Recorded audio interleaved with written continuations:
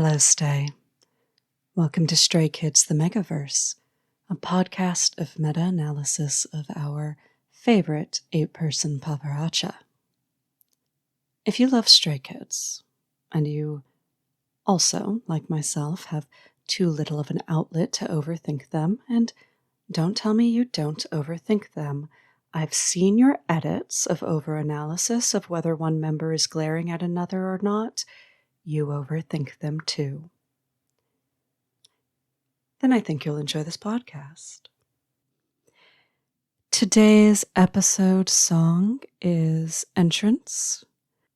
For every episode, I will be giving a song recommendation that is apt to that episode. This is a short episode, Entrance is a short song, and most importantly, it is the obvious choice for episode 1. I know you love some ASMR, and while this is not ASMR, I'll even record it in a soft voice for you. I'll try my best to speak slowly, especially for any stay who might know less English or might know less American English. And for those of you who need something faster, this is my reminder that you can always increase the speed on your podcatcher of choice. I have a very low voice. It won't be too much distortion. And with that, let's begin. First, this is not a music analysis podcast. I actually don't think I could appropriately do deep analysis of Stray Kids music, largely because I'm not fluent in Korean. I'm not anything in Korean. I don't know Korean at all. And Stray Kids music, to do good analysis of it, you really have to know what the fuck is going on. You have to be fluent in both English and Korean. That doesn't mean that music analysis won't be part of this podcast. It will be. It's impossible to talk about the Strayverse without some music analysis. But this podcast, this is more the meta Stray Megaverse than it is the Stayverse contained within the lore and the music videos. The word meta was initially a prefix, and now exists as a word in and of itself, going back to about the 80s. It had been used increasingly as a prefix over time. For instance, words like metalinguistics, metacommunications. It's theorized that this sort of starts with the word metaphysics. So while it is a prefix, for instance, in the word metaphor, it now exists as its own standalone word. Meta, that is something that transcends, is higher than.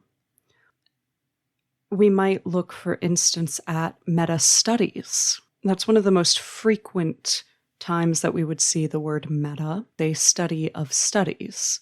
So that is to say that a meta-study looks at many studies that have looked at similar concepts to pair them against each other and determine if there is consistent truths that all of those studies are telling us. In movies, we talk a lot about meta. For instance, we often see meta discussions in horror movies. Famously, we have Scream, which is, just infamous for being so meta. We have Cabin in the Woods is a very meta look at the horror genre. There's a lot of very meta movies in general. So what am I talking about when I'm talking about the meta Stray Kids Megaverse? I'm talking about the entertainment that we get not just from the music, but from the collective that is Stray Kids. This, like I said, is an introduction episode. So I'm going to talk primarily about what that means and how this podcast is set up.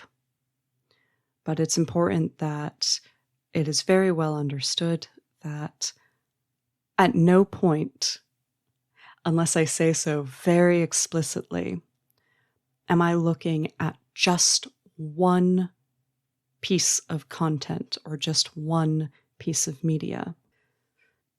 So, the fundamental premise of this podcast and all the analysis that will be done. Ultimately, at the end of the day, Stray Kids, to us, are entertainers. And we should be considering and contextualizing all of what we witness from them in that light. Remember that recent episode of SKZ Code, one of the pool ones, and Felix statue falls into the pool and then says, like, it was a good shot, right? Even the caption editors showed appreciation for the showmanship. K-pop exists in this fascinating intersection of media that invites us close enough to these idols that it becomes hard to remember that we're just looking through the living room window of a lit house at night. Stray Kids, in particular, blurs this line heavily for stays. It seems sometimes like they're opening up nearabouts every curtain that they can, and then waving at us through the windows. And then we forget that while they're in a fishbowl, perfectly obvious to us, we're invisible to them. They are entertainers. They are showmen. They are storytellers. And JYP itself is a monolith dedicated not to music, but to parasocial marketing. And that is where the meta Stray Kids Megaverse, which I will refer to as some smaller combination of prefixes and suffixes as is relevant. The meta Strayverse, the Skzverse, the Mezverse. All of those are bad. I'll figure it out. That's where that comes in. We already know that there are multiple fake universes that Stray Kids sets up, whether in any individual music video or the music video lore or any of the different quote-unquote universes that SKZ Code creates. But there's also layers of reality distortion through the stories and personas that they exhibit to us. And that's what I plan on exploring with a really critical eye.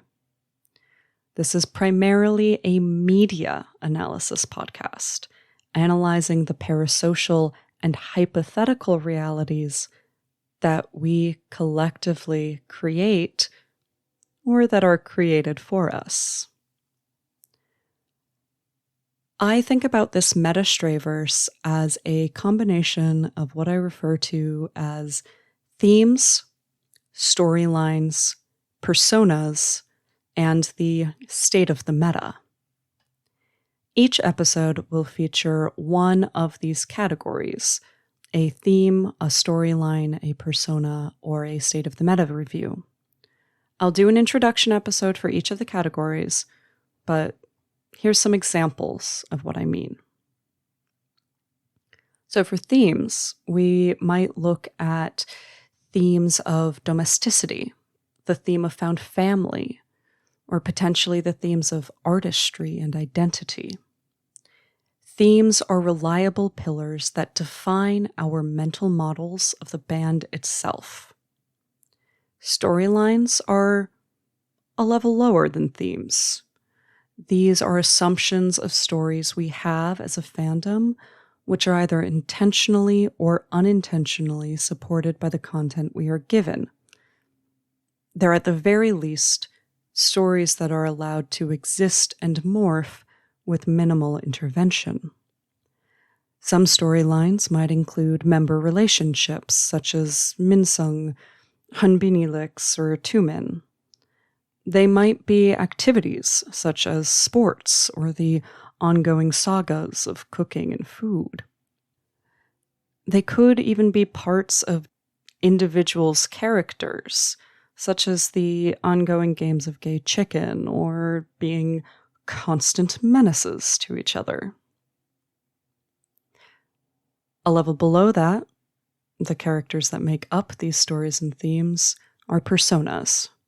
Personas are identities that the members outwardly present, and these fall, as I see it now, into 3 distinct categories. Who a member is on stage or in music, this is their staged persona. Who they are in a public social context, and their personal selves. And finally, the state of the meta is the highest level. This is high-level systems and interactions that change our relationship to the band and vice versa. For instance, we, at some point, will talk about the Madonna whore complex and how it applies to celebrity worship, and, of course, then, how it applies to Stray Kids. One important state of the meta conversation will be the overlaps between shipping, fan service, and queerness, contextualized against media tropes, maybe from Hyde Amendment days for those of us from the US, or similar types of legislation or cultural expectations that are seen still quite frequently in less queer-friendly media landscapes. And a final example might be how the audience's increased access to idols and the parasocial relationship can result in further idolatry, which leads us directly to sometimes purposeful dehumanization of the idol themselves.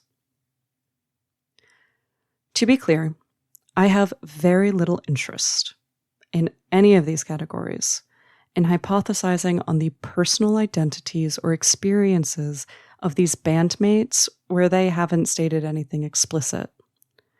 As someone who reads body language and picks up on contextualized clues for a living, what I know is that I don't have a fucking clue what's going on in someone's mind until they tell me.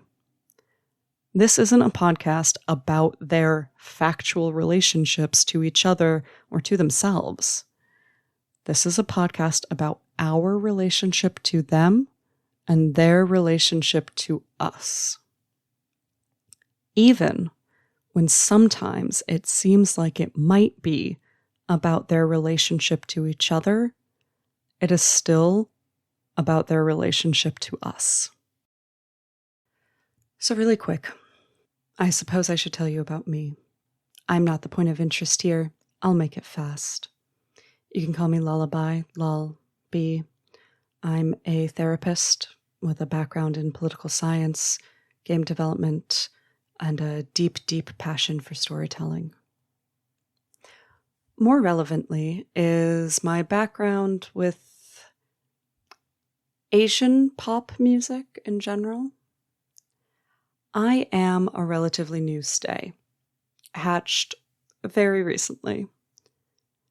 But I first got into J-pop 18 years ago, 17 years ago, something like that.